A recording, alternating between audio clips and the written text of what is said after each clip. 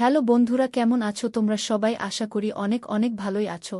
আর তোমাদের ভালোবাসায় আমিও অনেক ভালো আছি, কারণ তোমরা আমাকে যে পরিমাণে ভালোবাসা দিয়েছ এবং সাপোর্ট দিয়েছ তা আমি কোনোদিন ভুলতে পারবো না। তাই তোমাদেরকে মজা দেওয়ার জন্য আবারও একটি নতুন গল্প নিয়ে হাজির হলাম। গল্পটি শোনার মতো আশা করি তোমাদের দাঁড়িয়ে যাবে এবং তোমরা হাতের কাজ করতে সবাই হেডফোন নিয়ে বসে যাও। আমার নাম টিনা। বাবা মা বলতেন, তুই আমাদের মানসম্মান ধুলো মিশিয়ে দিয়েছিস। জানি না আমি কি এমন কাজ করেছি যার জন্য তাদের মানসম্মান নষ্ট হয়।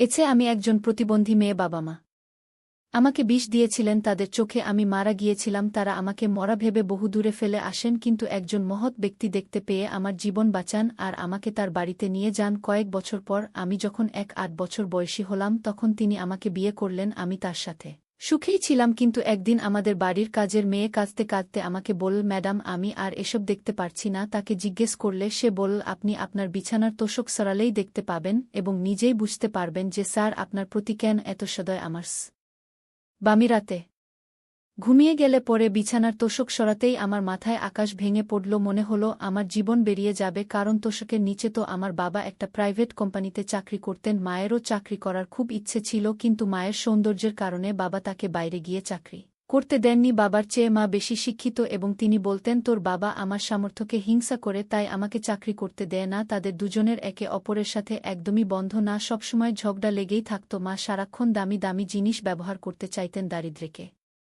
তিনি মোটেই মেনে নিতে পারতেন না। যদিও আমাদের বাড়িতে কোনো কিছুর অভাব ছিল না, বাবা যা ইনকাম করতেন তাতে সংসার ভালোভাবেই চলে যেত। তারা দুজনেই আমার জন্মে খুশি ছিলেন, কিন্তু যখন পারেন যে তাদের মেয়ে প্রতিবন্ধী, তখন তারা একে অপরকে করতে শুরু করেন। মা তার বন্ধুদের বলতে লজ্জা পেতেন যে তার মেয়ে প্রতিবন্ধী, আর বাবা আমার দিকে ফিরেও তাকাতেন না। আমি সারাদিন কাঁদতে থাকতাম, শুধুমাত্র আমার দাদি আমার যত্ন নিতেন এবং আমার কাছে সারাদিন বসে থাকতেন। এভাবেই আমার বয়স 1-2 বছর হয়ে গেল। আমাকে কোথাও যেতে দেওয়া হতো না। আমি ছোট থেকেই বাবা মায়ের ঝগড়া মারামারি দেখে বড় হয়েছি। মায়ের মতো সৌন্দর্য আমি উত্তরাধিকার সূত্রে পেয়েছি, কিন্তু এমন সৌন্দর্যের কি লাভ যেখানে আমার বাবা মা আমাকে ভালোবাসেন না। ভগবান আমাকে হাত উপর করে সৌন্দর্য দিয়েছেন, কিন্তু চলাফেরা করার মতো পা দেননি। মা বলতেন, জানি না কোন অপরাধের শাস্তি হিসেবে এই প্রতিবন্ধী মেয়ে আমার কপালে জুটেছে। বাবা বলতেন, যে মেয়ে নিজের পায়ে হাঁটতে পারে না তাকে বিয়ে করবে কে? সারা জীবন আমাদের ঘাটে বোঝা হয়েই থাকবে। আমি চাইতাম বাবা মা আমাকে ভালোবাসুক, কিন্তু তারা আমার দিকে ফিরেও তাকাতেন না। তারা একে অপরের সাথে ঝগড়া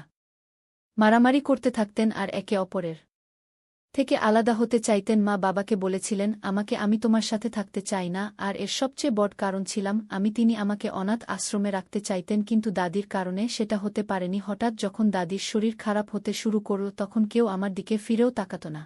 আর দাদির চিকিৎসাও যেমন তেমন ভাবে চলছিল। তার এই অসুস্থতার 1 মাস পরে দাদি চিরকালের জন্য ভগবানের কাছে চলে গেলেন। আমি অনেক কেঁদেছিলাম আর ভগবানকে বলছিলাম আমাকেও তার কাছে ডেকে নিতে। দাদির মৃত্যুর কয়েকদিন পরেই মা বাবার ঝগড়া আরও বেড়ে গেল। মা তার সমস্ত রাগ আমাকে মেরে মিটাত। মা বাবার অনুপস্থিতিতে অন্য লোকের সাথে দেখা সাক্ষাৎ করত। মা আমাকে ধমকে বলেছিলেন আমি যেন এই ব্যাপারটা কাউকে কিছু না বলি। তারপর একদিন কোনো একটা বিষয় নিয়ে বাবা মায়ের মধ্যে প্রবল ঝগড়া শুরু হয়। তারপরে মা আমাকে নিজে হাতে খাওয়াতে শুরু করেন। আমি অবাক হয়ে হয়ে ভাবলাম মায়ের কি হলো যে তিনি আমাকে নিজ হাতে খাওয়াচ্ছেন, কিন্তু জানতাম না যে এই খাবারে বিষ মেশানো আছে। আমি অজ্ঞান হয়ে গেলে বাবা মা ভাবলেন যে আমি মরে গেছি। তারপর তারা আমাকে দূরের একটা রাস্তার পাশে ফেলে দিয়ে আসেন। তখন আমার বয়স 4 বছর। আমি শুনেছিলাম বাবা মায়েরা তাদের সন্তানের জন্য নিজের জীবন দিতে পারেন, সন্তানের জীবনে আসা প্রতিটা সমস্যা দূর করার চেষ্টা করেন। কিন্তু আমাকে বিষ দেওয়ার সময় আমার বাবা মায়ের হাত একটুও কাঁপেনি। হয়তো তাদের ভিতরের মানবতা শেষ হয়ে গিয়েছিল। তারা একে অপরের থেকে আলাদা হতে চেয়েছিলেন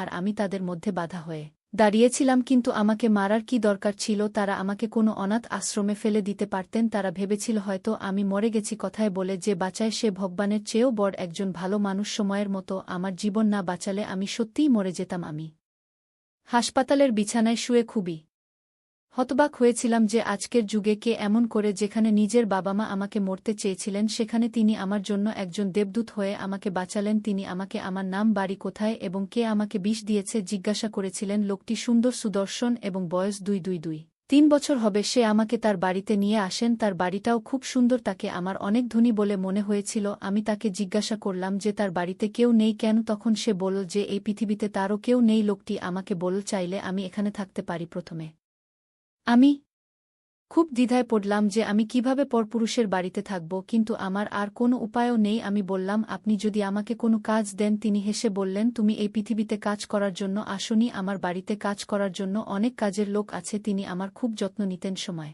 এভাবেই চলতে লাগল, আর এখন আমার বয়স 8 বছর। আমি ধীরে ধীরে তাকে মনে মনে পছন্দ করতে লাগলাম। সে আমার দেখা যত্ন যেভাবে করত তাতে আমার মনে তার জন্য ভালোবাসা বাড়তে থাকল, কিন্তু কখনোই প্রকাশ করিনি, কারণ আমি জানতাম যে তার এবং আমার মধ্যে কোনো মিলই নেই। তারপর একদিন হঠাৎ সে নিজেই আমাকে তাকে বিয়ে করার কথা জিজ্ঞেস করল। আমি অবাক হয়ে গেলাম যে কেন সে আমার মতো একজনকে বিয়ে করতে চাইছে। সে আমাকে বলল যে আমি তোমাকে ভালোবেসে ফেলেছি। আমিও তার কথা বিশ্বাস করেছিলাম, কারণ তার চোখে আমি তার সাথে প্রতিটা পার্টিতে যেতাম। তার বন্ধুরা সবাই অবাক হয়ে যেত যে এত হ্যান্ডসাম ছেলে একজন প্রতিবন্ধী মেয়েকে বিয়ে করেছে কিভাবে। আমিও কম সুন্দরী না, কিন্তু বলা হয় সুক্ষণস্থায়ী কারো না কারো নজর লেগেই যায়। আমি ভগবানের কাছে প্রার্থনা করতাম আমার সুখে যেন কারো নজর না লাগে। আমি আর সমীর একে অপরের সাথে সুখেই ছিলাম। একদিন কাজের মেয়ে খাবার দিতে এসে বল, ম্যাডাম, এইসব অপরাধ আমি সহ্য করতে পারছি না। আমি বললাম, কোনো অপরাধের কথা বলছো তুমি? তখন সে বল, ম্যাডাম, রাতে স্যারের ঘুমানোর পরে আপনার দিকের বিছানার নিচ অবশ্যই দেখবেন। আমি কারণ জিজ্ঞেস করতে সে বল, ম্যাডাম, আমি আপনাকে কিছুই বলতে পারবো না, না হলে আমার অবস্থা খারাপ হয়ে যাবে। আপনি দেখলেই সব বুঝতে পারবেন, শুধু আমাকে কিছু জিজ্ঞেস করবেন না। আমি আপনাকে কিছুই বলতে পারবো না, না হলে কাজ তো যাবেই। আর না জানি সাহেব আমার কি অবস্থা করবেন। আর আমার এই কথা প্লিজ সাহেবকে বলবেন না, না হলে তিয়ান আমাকে এহ বাড়ি থেকে বের করে দেবেন আর আমাকে না খেয়ে মরতে হবে।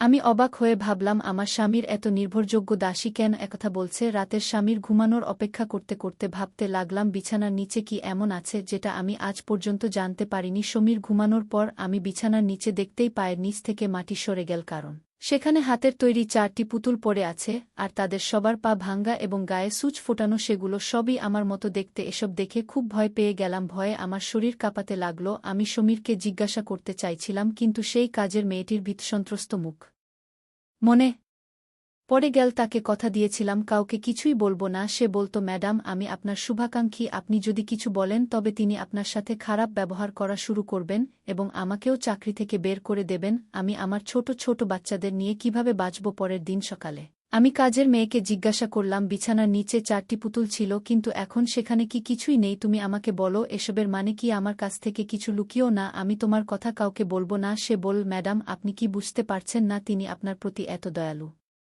কেন? আপনার আগে এখানে আরও অনেক মেয়ে সাহেবের সৌন্দর্যে মুগ্ধ হয়ে সাহেবকে বিয়েও করেছিলেন, কিন্তু সেই মেয়েরা। সে কিছুক্ষণ চুপ থেকে বল, ম্যাডাম, আপনি খুবই নিষ্পাপ, আপনি সাহেবের থেকে দূরে থাকবেন। কাজের মেয়ের কথা শুনে নিজের কানকে বিশ্বাস করতে পারছি না। আমি তাকে বললাম, আর আগে বলো পুতুল দিয়ে কি হয়? সে বল, ম্যাডাম, আমি নিজে দেখেছি আগের ম্যাডামদের বিছানার নিচেও সাহেব পুতুল রাখতেন, আর কিছুদিন পরেই সেই ম্যাডামরা মারা যেতেন। সাহেব আমাদের বলেছিলেন কাউকে কিছু না বলতে। কাজের মেয়ের কথা শুনে আমি অস্থির হয়ে পড়লাম। আমি তার কাছে পরামর্শ চাইলাম, আমাকে বলো এখন আমি কি করব? সে বল, ম্যাডাম, নিজের জীবন বাঁচাতে আপনার এখান থেকে পালিয়ে যাওয়া উচিত। ম্যাডাম, কাছেই একটি এনজিও আছে যেখানে মেয়েদের রাখা হয়, আপনি সেখানে চলে যান। সেখানে গেলে আপনি বেঁচে যাবেন। সেই পুতুল দেখে এবং কাজের মেয়ের কথা শুনে আমি খুব ভয় পেয়েছিলাম, কিন্তু আমার মন কিছুতেই মানতে চাইছিল না। সমীর আমার এত যত্ন নেয় এবং আমার চিকিৎসা নিয়ে এত চিন্তিত। সে বলতো, আমি ডাক্তারের সাথে কথা বলেছি এবং ডাক্তার আমাকে আশা দিয়েছে যে তুমি তাড়াতাড়ি ঠিক হয়ে যাবে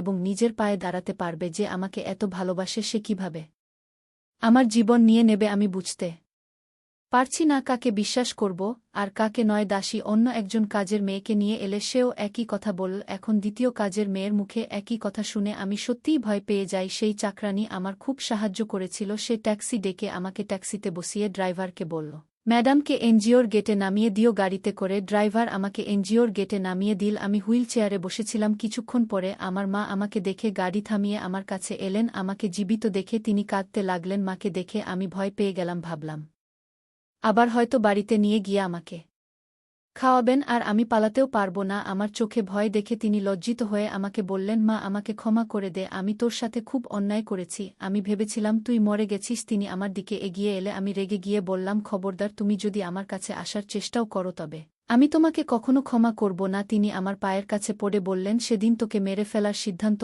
আমার না তোর বাবার ছিল। আমি সেই সময় খুব অসহায় ছিলাম, কিন্তু এখন থেকে তুই আমার সাথেই থাকবি। কিছুদিন আগেই তোর বাবার সাথে আমার হয়ে গেছে। আমি বললাম, কিভাবে বিশ্বাস করব যে তুমি বাড়ি নিয়ে গিয়ে আমাকে মেরে ফেলবে না, আমার সাথে খারাপ ব্যবহার করবে না। আমার মা কাঁদতে কাঁদতে বললেন, মা আমাকে বিশ্বাস কর, আমাকে একটা সুযোগ দে। তার কথা শুনে আমার মন গলে গেল, তাই আমিও তাকে জড়িয়ে ধরে অনেক চোখে এর জল ফেললাম। তিনি আমাকে তার বাড়িতে নিয়ে এলে আমি জিজ্ঞাসা করলাম, বাবা আর তোমার ডিভোর্স কেন হয়েছে? মা বললেন, তোর বাবা আমার সাথে থাকতে চায় না। সে হুমকি দিয়েছিল যে আমি যদি তোর সাথে এই কাজের সমর্থন না করি তাহলে সে আমাদের দুজনকেই মেরে ফেলবে। আমি ভয়ে তার সঙ্গ দিয়েছিলাম, কিন্তু আমার এত দূর বল হওয়া উচিত হয়নি। তারপর একদিন তোর বাবা আবার বিয়ে করলে আমি তোর মামার বাড়িতে গিয়েছিলাম, কিন্তু তারাও আমাকে তাদের বাড়িতে জায়গা দেননি। সবাই বলেছিল একজন পুরুষ তখনই দ্বিতীয়বার বিয়ে করে যখন সে তার প্রথম বউয়ের সাথে খুশি হয় না। তুই তোর স্বামীকে খুশি রাখতে পারিসনি, সেজন্যই সে দ্বিতীয় বিয়ে করেছে। এতে দোষ তোরই। আর তোর বাবা বলতো নতুন বউয়ের সাথে আমি তোমাকেও রাখতে রাজি আছি, কিন্তু আমি তার সাথে থাকতে চাইনি। সারারাত কাঁদতে থাকলাম যে আমি সেই মা যে নিজের মেয়েকে বিষ খাই জয়েছ। এক মুহূর্তের জন্য শান্তি পাচ্ছিলাম না তোর নিষ্পাপ মুখটা প্রতি